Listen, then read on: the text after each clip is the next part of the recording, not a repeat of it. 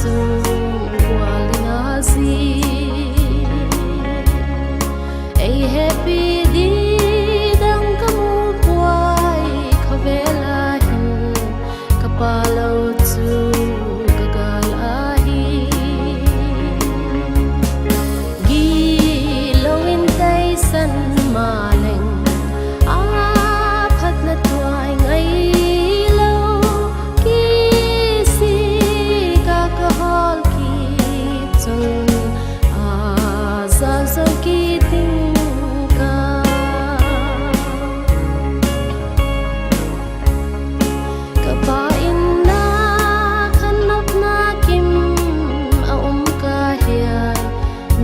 vai te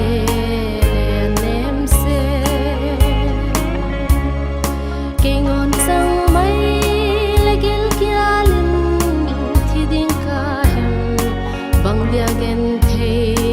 ava ka hem gi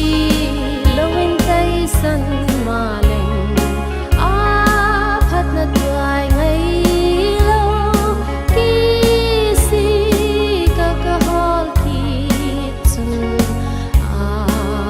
zo ki ting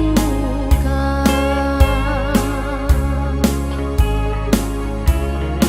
o ka pa kyang ka lai khan anok na e khovel hoina ka hol so sia